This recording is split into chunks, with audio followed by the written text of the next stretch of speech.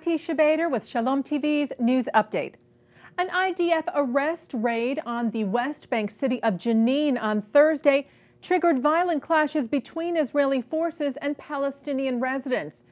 An elite Israeli army unit entered Jenin in order to find and arrest a suspected terrorist. While conducting their search, Israeli forces were confronted by over 500 Palestinian residents who threw rocks and Molotov cocktails at them and burned tires in the streets. Backup IDF forces were called in to help disperse the crowd, and the IDF ultimately left the area. There were no IDF injuries reported, and according to reports, an elderly Palestinian woman was slightly injured when she was bitten by a dog used by the IDF during the operation. She was taken for treatment at a hospital in Israel. A similar confrontation occurred earlier this week when IDF forces entered the village of Tamun, also in the Jenin area, on Tuesday to arrest an Islamic Jihad operative. In a separate incident later on Thursday, an IDF soldier was lightly wounded when a Molotov cocktail was thrown at him by Palestinians in the village of Beit Umar, which is near Hebron. The soldier sustained burns in the attack and was treated on site by IDF forces.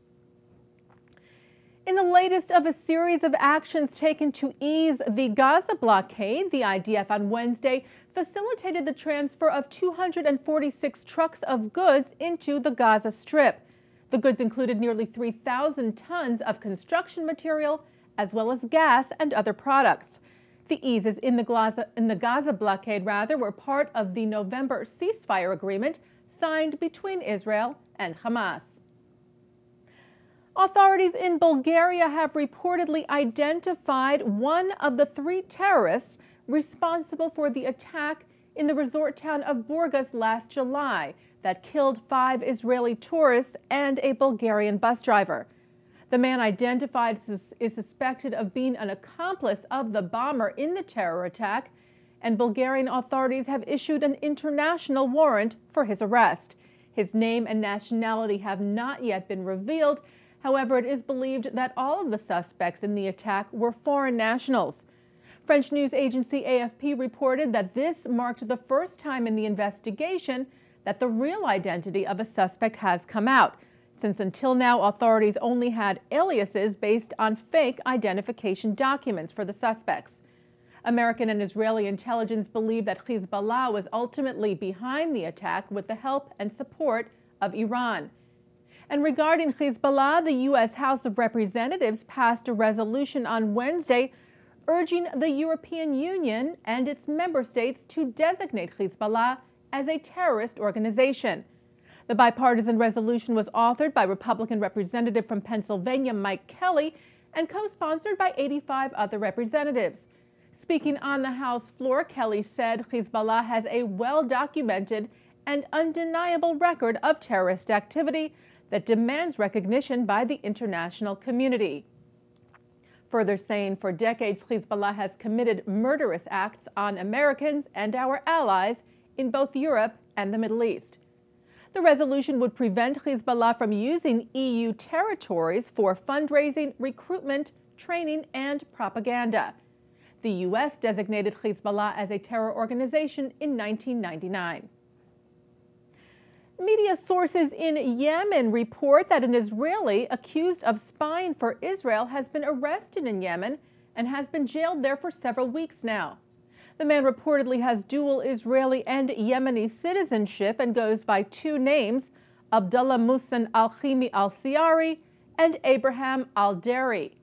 A Yemeni daily paper featured a photo of a letter between Yemeni criminal investigators that referred to al-Dari as a, quote, Jewish national.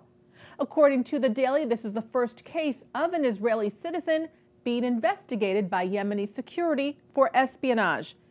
There were reports back in September regarding a Mossad agent named Abraham being arrested in the same area of Yemen. It is unclear at this point whether al-Dari and that alleged Mossad agent are one and the same. U.S. Senator Rand Paul is set to arrive in Israel on Sunday for his first ever visit. Rand, a Republican senator from Kentucky, is the son of Libertarian Ron Paul. Rand is seen by some as holding anti-Israel views. He is known as a strong opponent of U.S. foreign aid, including aid to Israel. However, the Jewish community in Paul's home state is hopeful that the trip to Israel will broaden the senator's understanding of the unique challenges that Israel faces in the region. Jewish Community of Louisville spokesman Matt Goldberg told a local news station there that he hopes the senator's trip will cause him to revisit his position on foreign aid to Israel. Paul is scheduled to meet with Israeli Prime Minister Benjamin Netanyahu and President Shimon Peres on Monday. He will then travel to Jordan on Tuesday to meet with King Abdullah II as well as with Palestinian Authority President Mahmoud Abbas. Paul said of his trip to the region, quote, "I want to know more about the issues and try to figure out why we don't seem to be able to achieve peace over there," unquote. The Economist Intelligence Unit, or EIU, which is a sister company of The Economist, ranked Israel in the top 20 of the best places to be born in 2013. The EIU used a quality of life index based on subjective life satisfaction surveys to determine the rankings. Israel came in at number 20, ahead of Italy, France, and Britain. The United States came in at 16.